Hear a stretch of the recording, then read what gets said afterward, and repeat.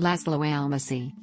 László Ede Almásy de Zsadány at Törökszentmiklós, Hungarian, Almásy László Ede, pronounced, 22nd of August 3rd November 1895, March 22nd 1951, was a Hungarian aristocrat, motorist, desert explorer, aviator, scout leader and sportsman who also served as the basis for the protagonist in both Michael Ondaatje's novel The English Patient, 1992, and the movie adaptation of the same name, 1996. Biography. Almásy was born in Borostyánko, Austria-Hungary, today Bernstein in Burgenland, Austria, into a Hungarian noble family. His father was the zoologist and ethnographer George Almásy, and, from 1911 to 1914, was educated at Barrow School, situated in a private house in Eastbourne, England, where he was tutored by Daniel Wheeler. World War I. During World War I, Almásy joined the 11th Hussars along with his brother János. Almásy saw action against the Serbians, and then the Russians on the Eastern Front. In 1916, he transferred to the Austro-Hungarian Imperial and Royal Aviation Troops. After being shot down over northern Italy in March 1918, Almásy saw out the remainder of the war as a flight instructor. Interwar period. After the war, Almásy returned to join the Eastbourne Technical Institute, in East Sussex, England. From November 1921 to June 1922, he lodged at the same address in Eastbourne. He was a member of the pioneering Eastbourne Flying Club. Returning to Hungary, Almásy became the personal secretary of the Bishop of Szombathely, János Mikes, one of the leading figures of the abortive post-war Habsburg restoration attempt. The young Almásy became involved in these events by accident as the driver of Bishop Mikes when King Karl IV of Hungary returned to Hungary in 1921 to claim the throne, and was helped by Mikes to reach Budapest, from where he was politely but firmly sent back to Austria by Miklós Horthy, the regent of Hungary. After he was introduced, the king continued to refer to him as Count Almásy, confusing László with another branch of the family. This was the basis for Almásy using the title to his advantage, mostly in Egypt among the Egyptian royalty, to open doors that would have remained closed to a commoner. However, he himself admitted in private conversations that the title was not legitimate. After 1921, Almásy worked as a representative of the Austrian car firm Steyr Automobile in Szombathely, Hungary, and won many car races in the Steyr colors. He managed to persuade a wealthy friend, Prince Antal Esterházy, to join him in driving a Steyr from Alexandria to Khartoum, before embarking on a hunting expedition to the Dinder River, a feat which had never before been accomplished by an ordinary automobile. The 1926 drive from Egypt to the Sudan along the Nile proved to be the turning point in his life. Almásy developed an interest in the area and later returned there to drive and hunt.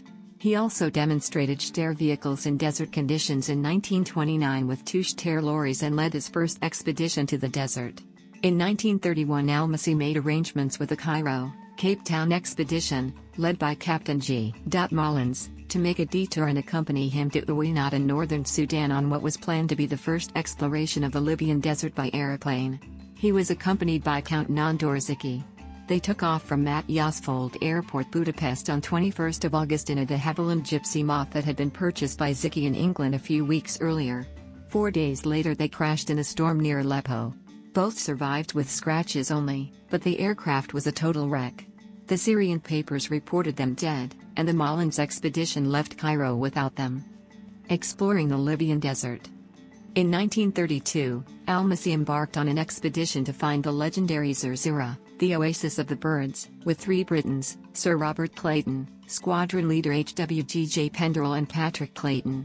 The expedition used both cars and a de Havilland gypsy moth aeroplane owned by Sir Robert Clayton.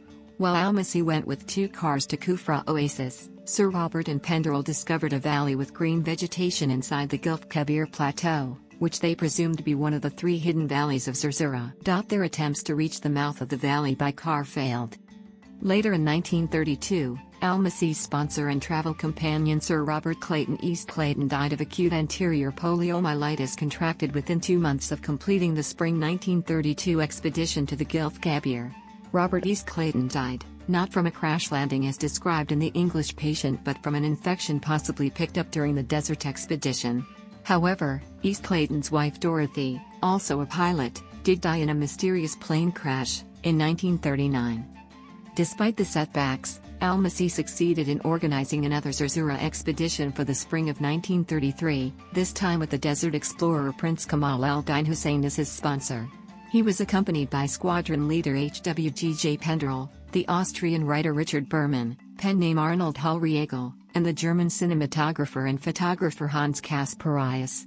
This expedition succeeded in entering the valley discovered the previous year, and circumstantial evidence collected from an old taboo at Kufra Oasis confirmed the identity of the valleys as Zarzura. Later on this expedition, Almásy succeeded in entering Wadi Tal, the third valley of Zarzura, and at the very end of the expedition Almásy, together with Lodovico di Caporiaco, discovered the prehistoric rock paintings of Ain Dua at Jebel Uwaynat. In the autumn of 1933 Almásy embarked on a further expedition, this time with the noted German ethnographer Leo Frobenius, his assistant Hans Rodert and draftswoman Elizabeth Pauli, later Elizabeth Jensen. They copied and catalogued the known prehistoric rock art sites, and made a large number of new discoveries at Gurkur Tal, Jebel Uwaynat, and the famous Cave of Swimmers at Wadi Sora in the Gilf Kabir. In the spring of 1934 Almásy led an expedition organized by the Royal Egyptian Automobile Club to the Gilf Kabir in Jebel Uwaynat. The expedition erected a memorial tablet for Prince Kelam el-Din, who died the previous year, giving another blow to Almásy's ambitions, at the southern tip of the Gilf Kabir Plateau. The note left by the expedition now rests in the Heinrich Bartholomew Institute in Cologne. At Jebel Uwaynat Almásy visited the Sudan Defense Force camp commanded by Captain Francis Godfrey Bertram Arkwright, and together they made some new rock art discoveries at the south of Jebel Uwaynat. Almásy also visited and copied a panel of paintings found by Captain Arkwright at Jebel Kisu. In February 1935, Almásy and his colleague Hans Joachim von der Esch became the first Europeans to re-establish contact with the Magyar tribe, living on an island of the Nile opposite Wadi Halfa in Nubia, who speak Arabic but are believed to be the descendants of Nubian women and Hungarian soldiers serving in the Ottoman army in the 16th century. The accounts of Almásy and von der Esch differ substantially. While Almásy presents the discovery as his own, von der Esch describes the encounter as having been made after Almásy left Wadi Halfa with Count Zsigmond Széchenyi and Jenő Horthy on a hunting trip to the Wadi Howar. As Almásy's only illustration shows a group of Egyptian fellahin surrounding a car, no car could have made it over to the island, while von der Esch shows several photos taken on the island, the story of the latter is more likely to be true. In April 1935, again accompanied by Hans Joachim von der Esch, Almásy explored the Great Sand Sea from Ain Dala to Siwa Oasis, the last remaining blank spot untouched by earlier explorers or Patrick Clayton's surveys. In his book Almásy claims to have been in the service of the Egyptian government, a statement which led some authors to claim that Almásy was a cartographer of the Libyan desert in a formal capacity. However, as at the time Patrick Clayton was still the official Libyan desert surveyor of the Desert Survey Department of the Survey of Egypt, and the two were definitely not on good terms, this claim is very unlikely, with no surviving documentary proof. In 1939, with the help of Hans Joachim von der Esch, Almásy published a German edition of a compilation, not the entire text, of selected chapters from his books published in Hungarian. End of his stay in Egypt. Almásy never had the means to finance his own expeditions, he was always reliant on financial backers, some of whom raised the suspicion of the British authorities in Egypt. By 1934 both the Italians and the British had suspected him of spying for the other side, though there is no conclusive proof that he did so for either, and in 1935 he was refused permission by the British military authorities to make another expedition to Uwaynat. His attention turned to another passion, aviation, and he was deeply involved with setting up gliding activities in Egypt under the auspices of the Royal Egyptian Aviation Club, the president of which, Tahir Pasha, was also providing accommodation for Almásy. There is an oft-quoted urban legend, spread mainly in Hungary, that the Almaza Air Base was named after him, but this has absolutely no foundation. The first airfield of Cairo had carried this name since its establishment during World War I, well before Almásy ever visited Egypt. World War II. After the outbreak of World War II in 1939, Almásy had to return to Hungary. The British suspected that he was a spy for the Italians, and vice versa. While there is no evidence to suggest that he was involved in any clandestine intelligence gathering prior to the war, he was clearly not welcomed by authorities on either side of the Egypt-Libya border. Hungary formally joined the Axis powers by signing the Tripartite Pact on November 20, 1940. Nikolaus Ritter of the German Military Intelligence Service, the Abwehr, recruited Almásy in Budapest. As a Hungarian reserve officer, he was permitted to wear the uniform of a Hauptmann, captain/flight lieutenant, of the German Air Force, the Luftwaffe. Initially he was working on maps and country descriptions prepared by the Abteilung for Mil.Geo, then he was assigned to an Abwehr commando in Libya under the command of Major Nikolaus Ritter, using his aviation and desert experience in various missions. After the failure of Plan El Masri and the first Operation Condor to airdrop 2 German spies into Egypt, ending with the ditching of one of the 2 aircraft and the injury of Ritter, Almásy assumed command of the unit. Almasy's greatest achievement during his wartime stay in North Africa was the successful completion of Operation Salaam, the infiltration of 2 German spies through the Libyan desert behind enemy lines in a manner similar to the Allied long-range desert group. Operation Salaam was not a covert operation. Almásy and his team were wearing German uniforms. They used captured British, Canadian-built, Ford cars and trucks with German crosses surreptitiously incorporated into the vehicle's camouflage pattern. Almásy successfully delivered the 2 Abwehr agents, Johannes Eppeler and his radio operator Hans-Gert Sandsteed, into Ashdod in Egypt after crossing the Gilf Kebir and Kerguelen Oasis. Unknown to Almásy and the German command, British code breakers at Bletchley Park had succeeded in breaking the Abwehr hand cipher that Almásy and the spies used for their wireless transmissions. A young intelligence analyst at Bletchley Park, Gene Allington, later Gene Howard, noticed the signal trail. However, as a warning to the British HQ in Cairo arrived too late, due to the imminent attack of Rommel, Africa Corps messages had a higher priority in deciphering and analysis, and Almásy was able to return to his starting point at Giolo unhindered. The subsequent Operation Condor, the actual spy mission of Eppeler and Sandsteed, was a complete failure. They were both captured within 6 weeks of reaching Cairo. Almásy received the Iron Cross, Eisernkreuz, and a promotion to captain for the success of Operation Salaam. However, his services in North Africa were no longer needed and he returned to Hungary, where he wrote a short book on his wartime experiences in Libya. There is some evidence that he remained in contact with the Abwehr until late 1943. Post-war. After the war, as the communists took over in Hungary, Almásy was arrested for alleged war crimes and treason for joining the armed forces of a foreign power. The charge was based mainly on his wartime book. However, during the trial it emerged that neither the prosecutor nor the judge had read the book, as it was placed on the banned books list by the Soviet occupation forces. Eventually Almásy was acquitted, with the help of some influential friends. However, after the trial the Soviet NKVD also started looking for him. He escaped from the country, supposedly with the aid of the British intelligence, which reportedly bribed Hungarian communist officials to enable his release. The bribe was paid by Alaeddin Mukhtar, cousin of King Farouk of Egypt. The British then spirited him into British-occupied Austria using a false passport under the name of Joseph Grossman, then on to Rome, where he was escorted by Ronnie Waring, later known as the Duke of Valderano.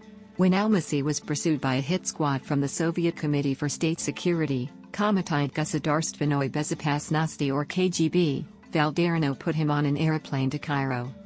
A note of caution needs to be exercised when taking Valderano's account at face value. While he claimed to have been working for MI6 as the Rome resident, there is no corroborating proof that Almásy was helped by British intelligence, and the story was only released following the wide media publicity generated by the 1996 film The English Patient. If indeed Almásy had any contacts with British intelligence during and after the war as rumored, any evidence is still lying in unreleased intelligence files. Back in Egypt, Almásy supported himself with odd jobs, some related to aviation, but also leading hunting parties to other parts of Africa. His last brief moment of glory came in December 1950, when King Farouk appointed him director of the newly founded Egyptian Desert Research Institute. Death. Almásy became ill in 1951 during a visit in Austria. On 22 March, he died of complications induced by amoebic dysentery, contracted during a trip to Mozambique the previous year, in a hospital in Salzburg, where he was then buried. The epitaph on his grave, erected by Hungarian aviation and desert enthusiasts in 1995, honors him as a pilot, Saharaforscher und Entdecker der Oasis Zarzura, pilot, Sahara explorer, and discoverer of the Zarzura Oasis. Scouting. From the beginning he was a member of the Scout movement. In 1921 Almásy became the International Commissioner of the Hungarian Scout Association. With Count Paul Teleki, he took part in organizing the 4th World Scout Jamboree in Gödöllő, Hungary, where Almásy presented the Air Scouts to Robert Baden-Powell on August 9, 1933. Sexuality and death. Letters discovered in 2010 in Germany written by Almásy prove that, unlike the fictionalized character of the film The English Patient, he was in fact homosexual. His lover was a young soldier named Hans Enthaldt, who was an officer in the Wehrmacht and who was killed by stepping on a landmine. A staff member of the Heinrich Bartholomew Institute for African Studies, where the letters are located, also confirmed that Egyptian princes were among Almásy's lovers. The letters also confirmed that Almásy died from amoebic dysentery, in 1951. Almásy may in fact have been bisexual and had lovers of both sexes. The English Patient. Almásy remained a little-known desert explorer until 1996, when he, or rather his fictitious character, was thrown into the limelight by the Academy Award-winning film The English Patient.